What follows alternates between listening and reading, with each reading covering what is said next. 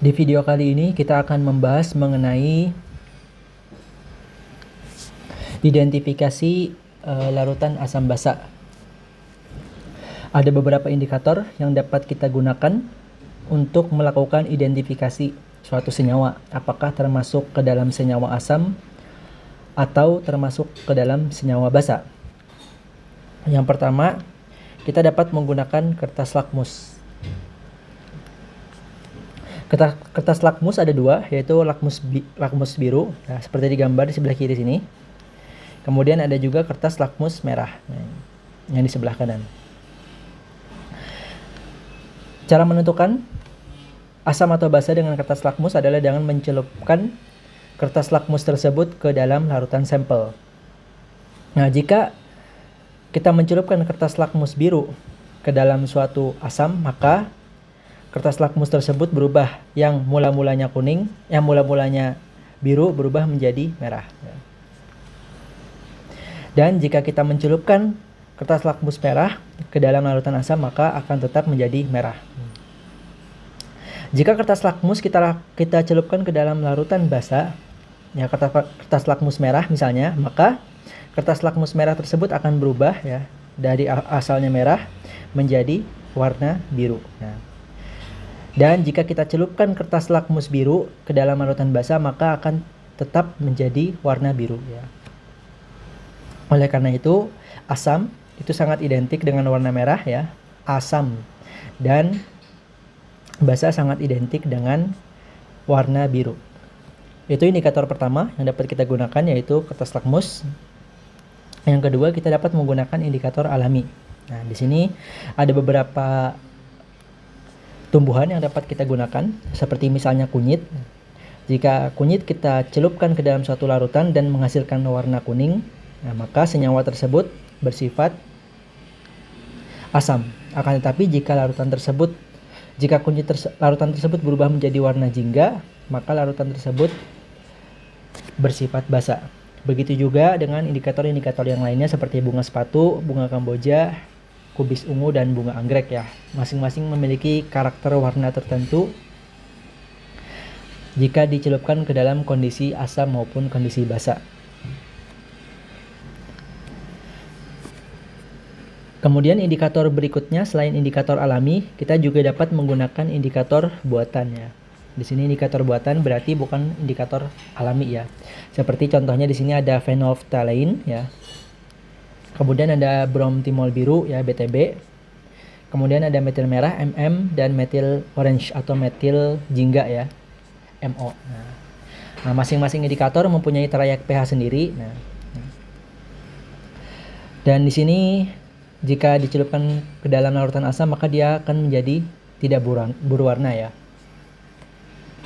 Dan jika dicelupkan ke dalam larutan basa menjadi merah muda, ya, untuk PP. Nah, jadi maksudnya trayek pH ini maksudnya adalah perubahan warna terjadi pada rentang pH berikut. Nah, jadi kalau misalnya kita buat suatu garis, misalnya garis rentan pH, nah misalnya di sini karena 8,3, kita tulis misalnya di sini 8,3, kemudian rentan pH selanjutnya 10. Nah, maksudnya adalah ketika pH suatu senyawa kurang dari 8,3, maka larutan tersebut akan menjadi tidak berwarna, ya, sebagaimana yang terdapat di sini, tidak berwarna.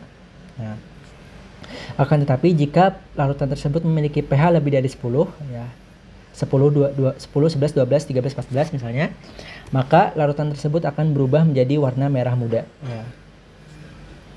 Dan jika larutan tersebut memiliki pH di antara 8,3 dan 10, maka larutan tersebut akan berwarna di antara bening, ya, tidak berwarna, dan merah muda.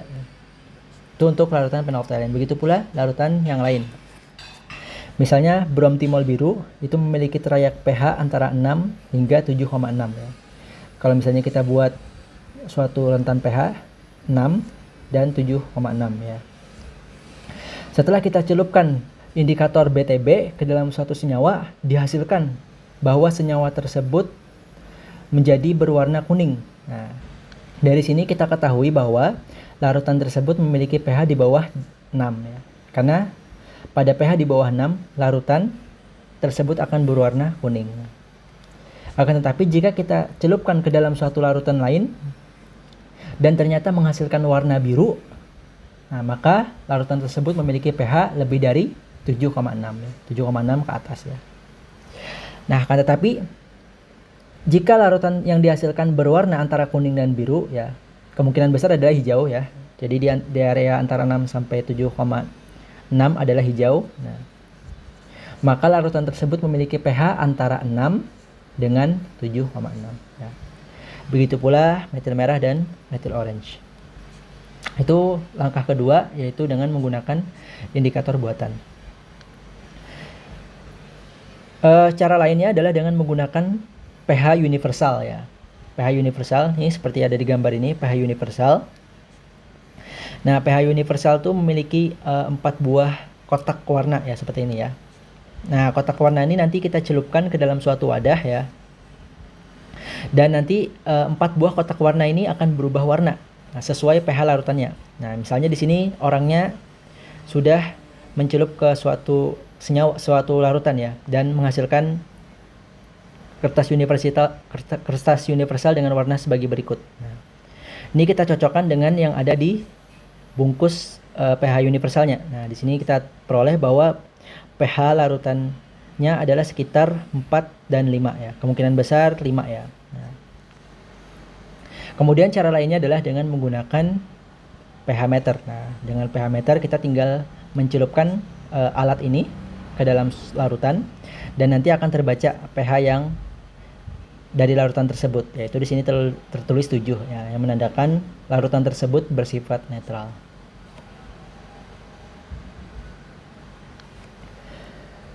Berikutnya kita coba latihan soal. Yang pertama, pengujian 2 sampel air limbah ya, menghasilkan beberapa indikator buatan sebagai berikut ya. Di sini ada senyawa X dan senyawa Y. Nah, masing-masing diuji dengan beberapa indikator ya, seperti bromtimol biru, phenolphthalein atau PP ya, metil merah dan metil jingga ya. Dan masing-masing menghasilkan warna yang berbeda-beda. Nah, di sini untuk senyawa X misalnya bromtimol biru warnanya kuning ya.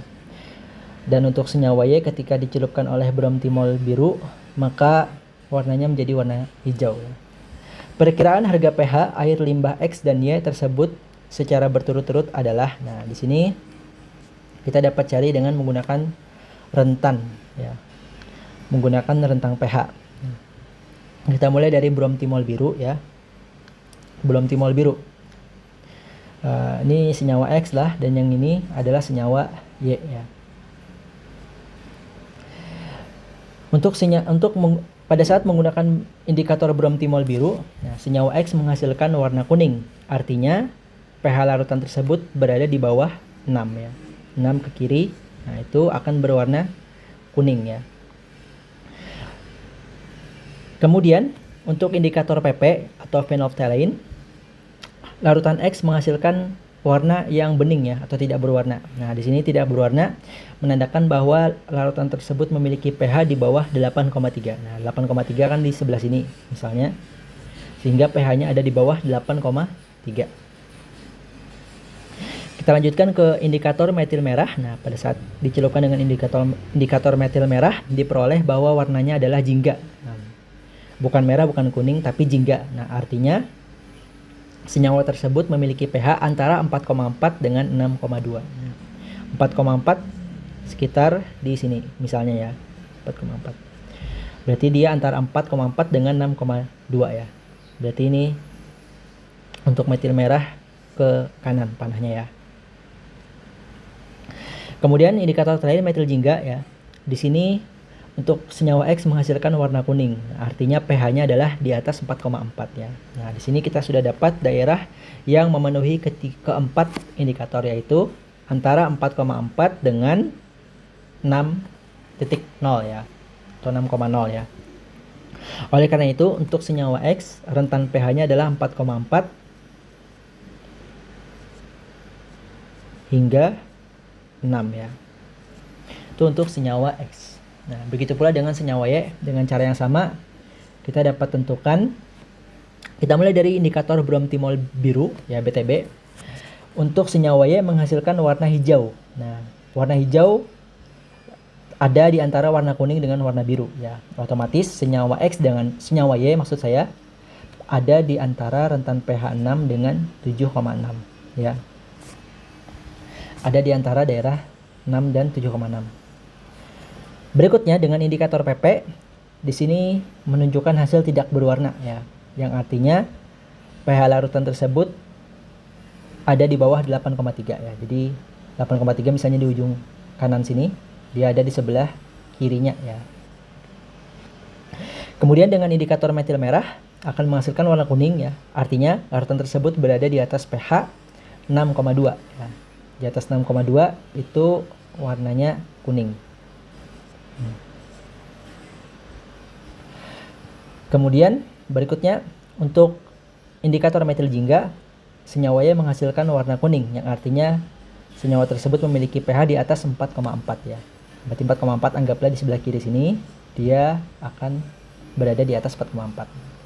Nah, dari sini kita dapat ketahui bahwa daerah yang memenuhi semua indikator adalah di antara 6,6 dengan 7,6, ya. Nah, ini semua indikator masuk. Sehingga untuk senyawa Y memiliki rentan pH antara 6,2 hingga 7,6, ya. Opsi yang tepat adalah opsi D.